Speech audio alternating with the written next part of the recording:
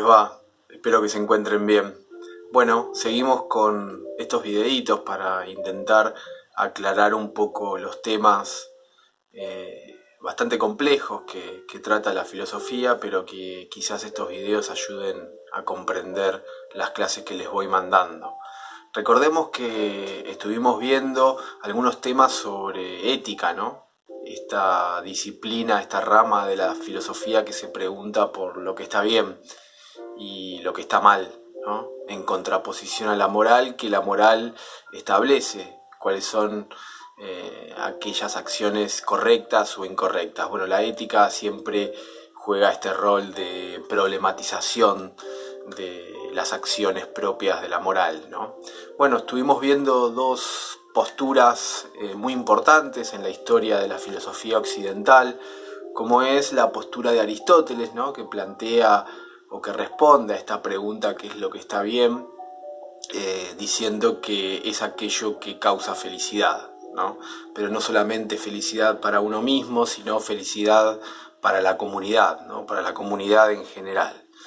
Se considera Aristóteles, como habíamos visto, en esa posición teleológica, ¿no? ¿Por qué? Porque apunta al estudio de los fines, y el fin más importante para el ser humano es ser feliz, ¿no? Bueno, esa felicidad, como habíamos visto, se logra por medio de la prudencia, de la justa medida, ¿no? También habíamos visto otra postura teleológica, como es la del utilitarismo, principalmente de Stuart Mill, ¿no? Que plantea también que lo que está bien es aquello que nos hace felices. Tampoco es simplemente una felicidad individual, sino que es una felicidad para la mayoría, ¿no? La mayor felicidad para la mayor cantidad de personas posibles. Pero esta felicidad, o sea, está relacionada con el placer, ¿no? Bueno, en el año 1724 nace un filósofo muy importante en la historia de la filosofía, que es Immanuel Kant, ¿no? Nace en 1724 y muere en 1804, ¿no? Él también se pregunta, o se hace esta pregunta, ¿qué es lo que está bien? Pero la respuesta no va a estar relacionada con la felicidad. Lo que está bien no es lo que nos hace felices para Immanuel Kant, ¿no? Entonces, en un libro que se llama La fundamentación de la metafísica de las costumbres, que acá lo tengo, se los muestro, lo pueden conseguir en cualquier librería amiga, es cortito, es chiquito, no es muy grueso, es uno de los libros más importantes. ¿Por qué? Porque él ahí se pregunta, ¿qué debo hacer para actuar bien?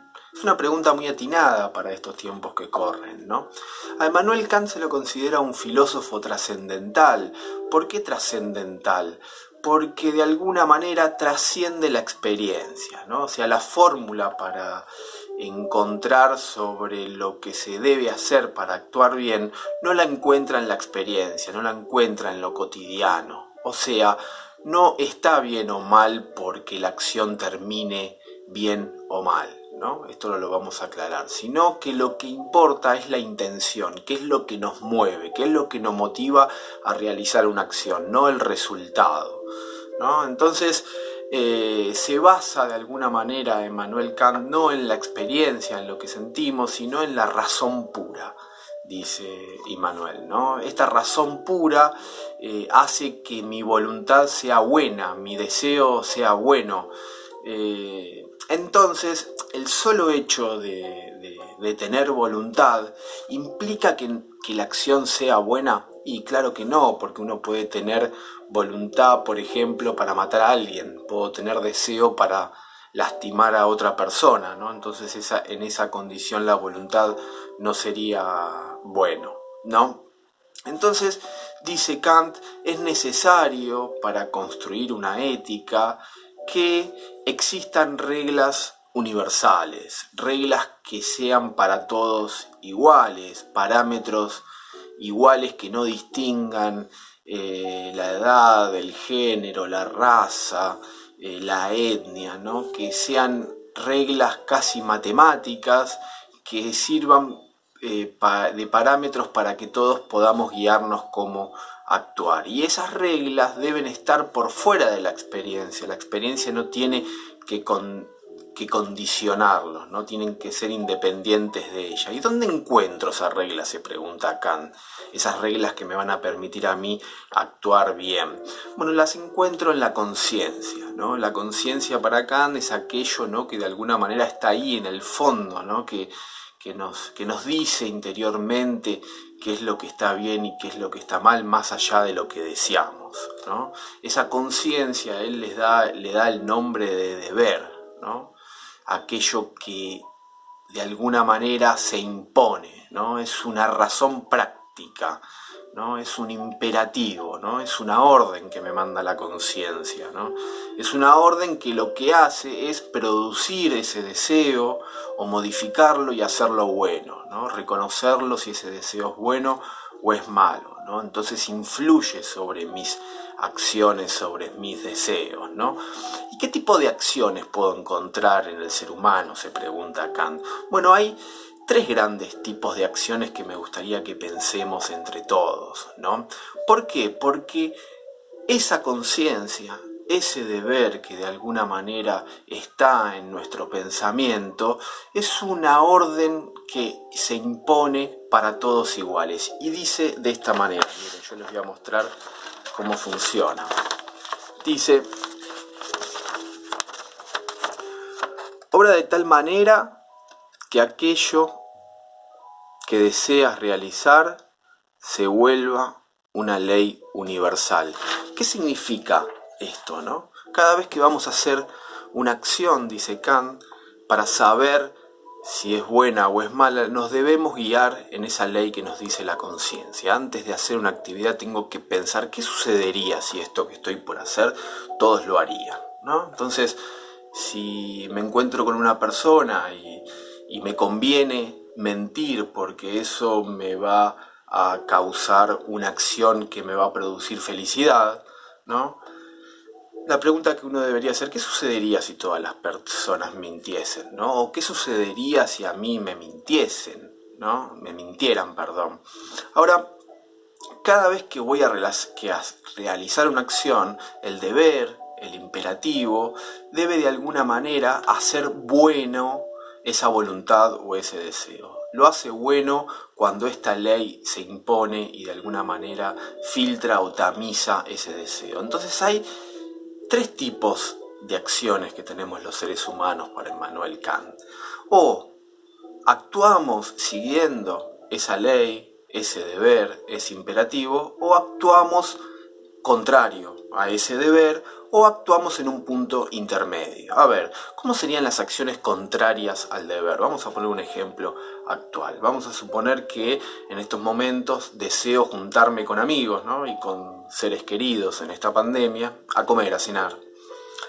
Entonces, voy, me junto, lo realizo, lo hago, ¿no? Sabemos que no está permitido y sabemos que de alguna manera podemos poner en riesgo no solamente nuestra vida, sino la vida de todos los demás, propagando el virus, ¿no? Entonces, eso sería una acción contraria al deber. ¿Por qué? ¿Qué me diría el deber? ¿Qué sucedería si todos realizasen esta acción que yo voy a realizar? Bueno, indudablemente todas las personas se van a contagiar rápidamente y los sistemas de salud colapsarán. Entonces los médicos tendrán que decidir qué vidas salvar y cuáles no, ¿no? Entonces esa podríamos poner como una acción contraria al deber. Voy en contra de lo que dice el deber. Podemos encontrar una posición intermedia, que es las acciones conformes al deber. Bueno, vamos a seguir con el mismo ejemplo, ¿no? Entonces, vamos a suponer que me invita a cenar, en este caso, un desconocido o una desconocida, ¿no?, en el cual yo no tengo voluntad, no tengo deseo. Entonces les digo no voy. Bueno, mi deseo, de alguna manera, no desea ir. ¿Y qué me dice el deber o qué me dice la ley? Bueno, que no tengo que juntarme porque puede propagarse el virus, ¿no? Entonces dice Kant, ahí no hay ningún conflicto ético. ¿Por qué? Porque tanto el deber como lo que deseo van por el mismo camino.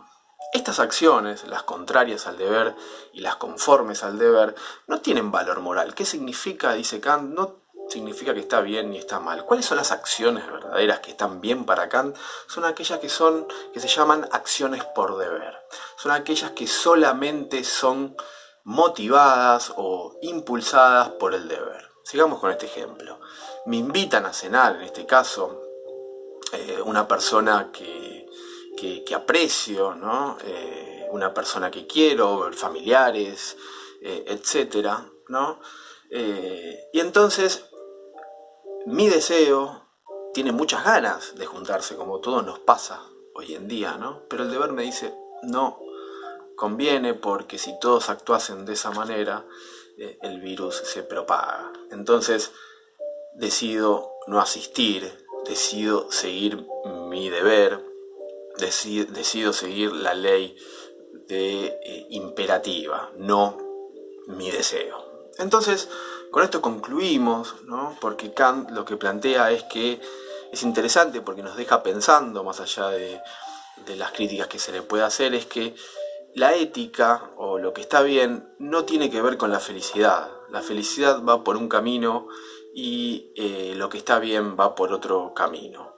Así que espero haber aclarado, les mando un saludo muy grande, hasta luego.